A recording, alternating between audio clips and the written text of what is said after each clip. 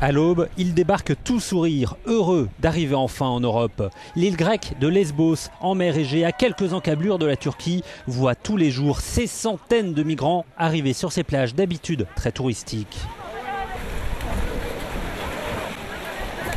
No work, no life. On n'a plus de travail, on n'a plus de vie en Syrie. Il n'y a que la guerre. On a besoin de vivre, juste cela. Il n'y a plus de vie en Syrie.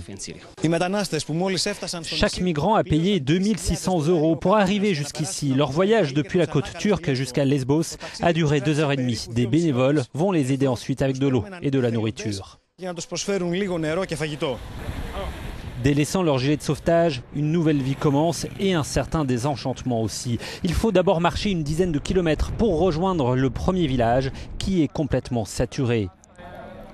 Ici, aucune infrastructure. Quelques habitants essayent d'aider, mais les réfugiés dorment dehors.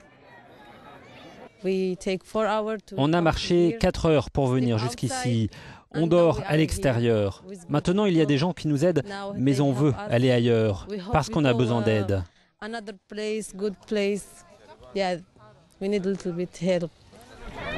50 km plus loin, la capitale de l'île, Mytilène, a installé 2 camps provisoires. À côté des touristes qui profitent du soleil et des habitants qui se disent excédés, 10 000 migrants survivent ici et chaque jour, près de 1000 nouveaux arrivants. La Croix-Rouge et une ONG manquent de tout pour aider ces réfugiés et ces migrants.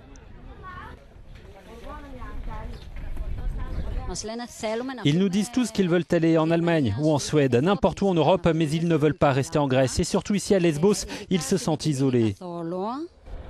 Dans le port de l'île, la situation sanitaire est dramatique. 600 personnes bivouaquent ici, sans aucune aide, dans le plus grand dénuement.